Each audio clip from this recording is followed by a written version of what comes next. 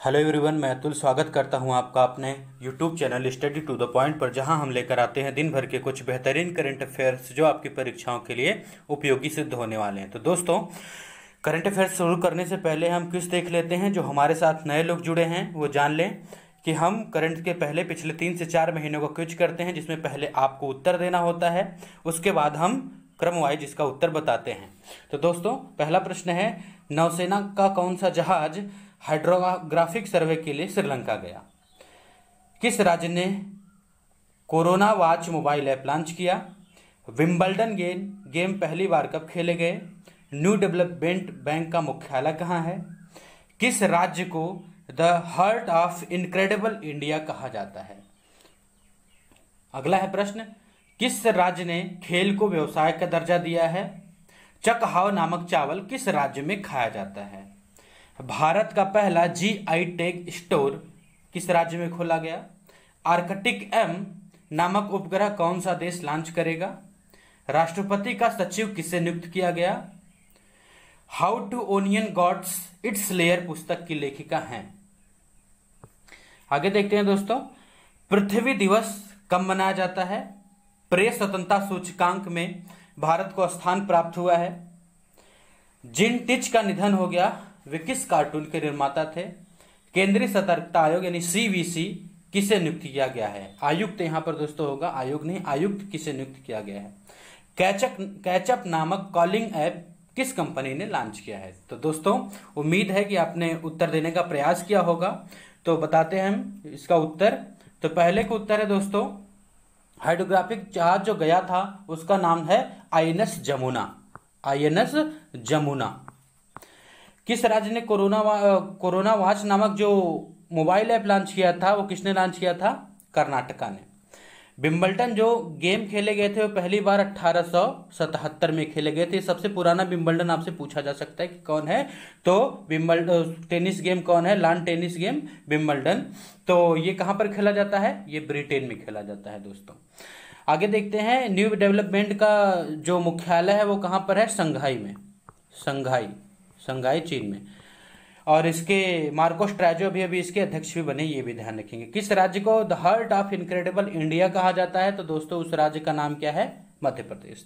मध्य प्रदेश को the heart of incredible India कहा जाता है। आगे देखते हैं, किस राज्य ने खेल को व्यवसाय का दर्जा दिया है? तो दोस्तों, उसका नाम है मिजोरम।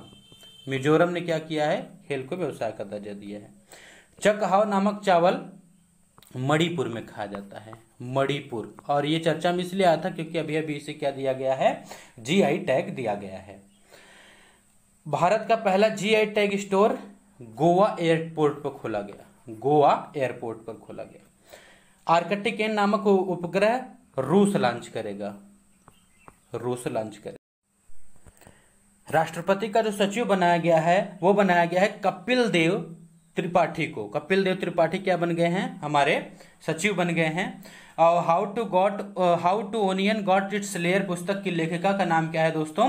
सुधा मूर्ति। सुधा मूर्ति इसके लेखिका हैं। आगे देखते हैं, पृथ्वी दिवस कब मनाया जाता है? तो पृथ्वी दिवस आप सभी को पता है कि 22 अप्रैल को मनाया जाता है। और इस साल का जो थीम था 2020 का, उसका नाम था क्लाइमेट एक्शन।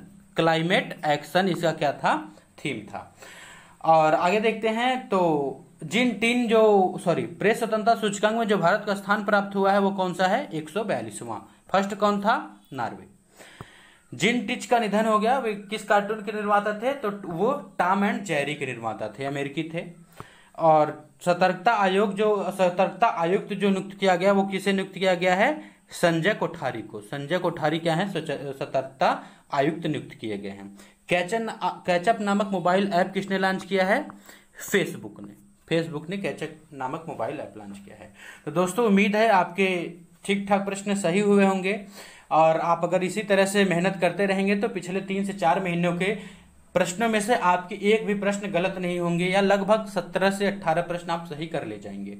तो दोस्तों, देखते हैं आज यानी 22 जून के करंट अफेयर्स। तो पहला करंट अफेयर्स हमारे योग दिवस से है। तो विश्व योग दिवस का थीम क्या था? तो दोस्तों, यहाँ काफी ध्यान देना होगा आपको कि विश्व योग दिवस का जो थीम था, योगा फॉर हेल्थ और योगा एट होम। और जो भारत में जो थीम था उसका नाम था yoga at home, yoga with family. देखिए दोस्तों, यहाँ पर थोड़ी सी आपको रखना है कि ये वर्ल्ड का थीम था और ये इंडिया का थीम था। और माई लाइफ माई योगा नामक एक वीडियो कॉन्टेस्ट चलाया था जो हमारे वो पीएम ने चलाया था। तो ध्यान रखेंगे, yoga for health, yoga for home world wide, और इंडिया के लिए yoga at home, yoga with family, और माई लाइफ माई योगा एक वीडियो कंटेस्टेंट था। और इस बार सभी को पता है कि योगा दिवस जो शुरू किया गया था वो कब शुरू किया गया था, 2015 के अंदर शुरू किया गया था, और इसे संयुक्त राष्ट्र मनाता है भारत के कहने पर। JWS सीमेंट ने किसे अपना ब्रांड एम्बेसडर बनाया है, तो ये सौरभ गांगुली और सुनील छेत्री दोनों लोगों को बनाया है। सुनील छेत्री आप सभी को पता है कि कहां से हैं, ये सिक्किम से हैं, और सौरभ गांगुली BCCI के वर्तमान अध्यक्ष हैं। और देखते हैं, national institute of public finance policy यानी NIPFP के अध्यक्ष नियुक्त हुए हैं। तो अध्यक्ष नियुक्त हुए कौन, उर्जित R पटेल, यानी उर्जित पटेल जी। अब ये दोस्तों क्या है, national institute of public finance policy, ये कोई सरकारी संस्था नहीं है, ये क्या है, एक थिंक टैंक है। थिंक टैंक का मतलब होता है कि एक स्वतंत्र निकाय है जो अर्थशास्त्र के क्षेत्र में क्या करती है, अलग अलग सर्वे करती है, जो और सरकार को या मीडिया हाउस को सलाह देती कि सरकार को ऐसा करना चाहिए या कैसी पॉलिसी हमारी रहनी चाहिए अर्थव्यवस्था के संबंध में, उसी को कहा जाता है थिंक टैंक। तो ये क्या है, एक दिल्ली आधारित क्या है, थिंक टैंक है। आगे देखते हैं दोस्तों, भारत को किस माह के लिए संयुक्त राष्ट्र सुरक्षा परिषद का अध्यक्ष चुना गया है। तो जो ये सोच रहे हैं कि संयुक्त राष्ट्र का अस्थायी सुरक्षा परिषद का सदस्य भारत को चुना गया है, वो बात सही है, 2021-22 के लिए चुना गया है। लेकिन सभी जितने भी 15 सदस्य होते हैं उन्हें एक एक महीने के लिए क्या बनाया जाता है, अध्यक्ष बनाया जाता है। तो भारत को इस बार जो अध्यक्ष बनाया गया वो किस माह के लिए बनाया गया है, अगस्त माह के लिए बनाया गया है। तो दोस्तों ये भी ध्यान रखेंगे, अगस्त माह में जितने भी इन 15 लोगों की मीटिंग होंगी उसकी अध्यक्षता कौन करेगा, हमारा भारत करेगा। तो ये आपको ध्यान रखना है। और आपको पता है कि अभी अभी हमारा सुरक्षा परिषद का सदस्य भी भारत बन गया है, तो वो भी तो अलग सी बात है, याद रखना है। और संयुक्त राष्ट्र में जो हमारे प्रतिनिधि हैं उनका नाम है TS तिरुमूर्ति या त्रिमूर्ति भी उन्हें कहते हैं।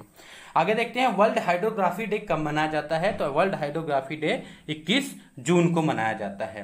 और वर्ल्ड हाइड्रोग्राफी के डे के बारे में थोड़ी सी बातें जान लें कि इसकी शुरुआत 2005 में संयुक्त राष्ट्र महासभा ने करी थी। और हाइड्रोग्राफी का मतलब होता है स्टडी ऑफ ओशियन, यानी कि समुद्रों का अध्ययन, महासागरों का अध्ययन। और इसकी जो थीम थी उसका नाम था हिस्ट्री एंड सिग्निफिकेंस। और इसका उद्देश्य क्या होता है मनाने का, महासागरीय पर्यावरण की सुरक्षा, महासागरों के संबंध में जागरूकता और एकजुटता के लिए क्या मनाया जाता है दोस्तों, वर्ल्ड हाइड्रोग्राफी डे मनाया जाता है। आगे देखते हैं, दुनिया का सबसे बड़ा सरीसृप अंडा कहाँ खोजा गया है। सरीसृप का मतलब रेप्टाइल्स यानी छिपकली और सांप जैसे जो होते हैं उन्हें सरीसृप कहा जाता है। यहाँ आप शुतुरमुर्ग को नहीं देखेंगे, शुतुरमुर्ग सरीसृप नहीं है, ये क्या है, एक पक्षी है।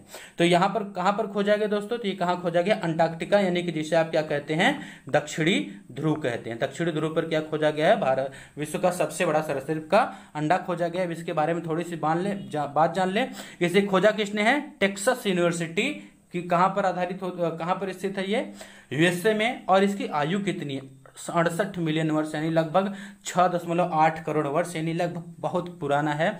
और इसकी लंबाई कितनी है दोस्तों, ये जो लंबाई है, इसकी जो लंबाई है वो कितना है, 11 इंच, और जो इसकी चौड़ाई है दोस्तों वो कितनी है, 7 इंच। तो ये आपके सामने वो अंडा का आकृति है। और दोस्तों इसी जीवाश्म से संबंधित अगला भी प्रश्न है, उत्तर प्रदेश के किस जिले में गोल्डन हाथी का जीवाश्म पाया गया है।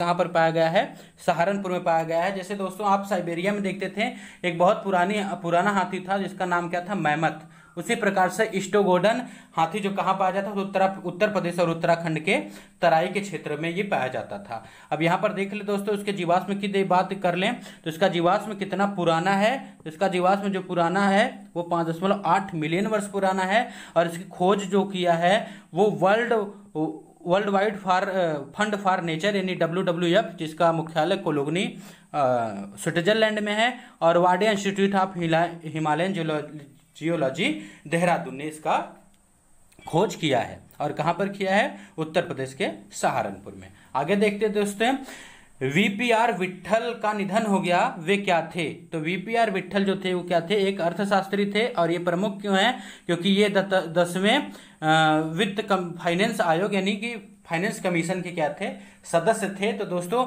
10वें वित्त आयोग के सदस्य थे। तो अब इस समय जो 15वां वित्त आयोग चल रहा है उसके अध्यक्ष कौन है? तो उनका नाम दोस्तों क्या है? एन.के. सिंह। एन.के. सिंह क्या है? 15वें वित्त आयोग के अध्यक्ष हैं। ये आपको बात ध्यान रखनी है। आगे देखते हैं दोस्तों, अफ्रीका से संयुक्त राष्ट्र सुरक्षा परिषद का अस्थायी सदस्य किसे चुना गया है? तो दोस्तों इसका सही उत्तर है केन्या। तो केन्या की राजधानी आपको पता है नैरोबी है और यहाँ की मुद्रा क्या है दोस्तों? शिलिंग है। और केन्या में एक संयुक्त राष्ट्र संगठन के एक भाग का मुख्यालय जिसे क्या कहते हैं? यूनाइटेड नेशन इन्वायरमेंटल प्रोग्राम, यानी कि संयुक्त राष्ट्र पर्यावरण कार्यक्रम का मुख्यालय है। और एक संयुक्त राष्ट्र पर्यावरण कार्यक्रम में जो गुडविल एम्बेसडर बनाई गई उनका नाम क्या है? दिया मिर्जा है। और यूएनईपी के जो अध्यक्ष हैं वो कौन है? इंगर एंडरसन क्या है? इसकी अध्यक्ष बनाई गई है या है। दोस्तों आगे देखते हैं अगला प्रश्न अपना। तो भारत किस देश से 21 मिग-29 लड़ाकू विमान तथा 12 सुखोई Su-30 MKI विमान खरीदेगा? तो दोस्तों आपको पता है कि चीन के साथ हमारी टेंशन अनिश्चितता की स्थिति में पहुंच गई कि कुछ भी कभी भी हो सकता है, इसलिए भारत आपात स्थिति में रूस से हथियार ढेर सारे खरीद रहा है। और खास करके वे हथियार जो 4000 मीटर से ऊंचाई के उड़ान भर सके। और इससे किससे साथ खरीद रहा है दोस्तों? तो ये किससे हम खरीद रहे हैं? रूस से खरीद रहे हैं। तो रूस के बारे में आपको पता होना चाहिए। तो रूस का राजधानी क्या है? मॉस्को है। और यहाँ की मुद्रा क्या है दोस्तों? रूबल है। और दूसरी बात कि यहाँ के जो प्रधानमंत्री हैं वो मिखाइल मिशुस्टीन हैं। और यहाँ के जो राष्ट्रपति हैं उनका नाम क्या है दोस्तों? Vladimir Putin. और रूस में क्या है? एक भारत की पूरी दुनिया की सबसे बड़ी मीठे पानी की झील कौन पाई जाती है? गहरी झील जो पाई जाती है उसका नाम क्या होता है? बैकाल। और यूराल पर्वत भी कहाँ पर पाया जाता है दोस्तों? कहाँ स्थित है दोस्तों? रूस में ही स्थित है। आगे देखते हैं, legend of Suhel Dev the king who saved India पुस्तक के लेखक हैं। तो इस पुस्तक के लेखक दोस्तों कौन है? अमीश त्रिपाठी हैं। Suhel Dev the king who saved India, ये पुस्तक आने वाली है। तो आप ध्यान में रखेंगे अमीश त्रिपाठी क्या हैं? इसके लेखक हैं। तो अमीश त्रिपाठी ने बहुत सारे एक प्रकार से धार्मिक किताबें लिखते रहते हैं। उनकी एक किताब का नाम रावण है, एक किताब का नाम सीता है और एक किताब का नाम राम है। तो ये सब बड़ी सारी किताबें इन्होंने लिख रखी हैं। तो ये भी आप ध्यान रखेंगे।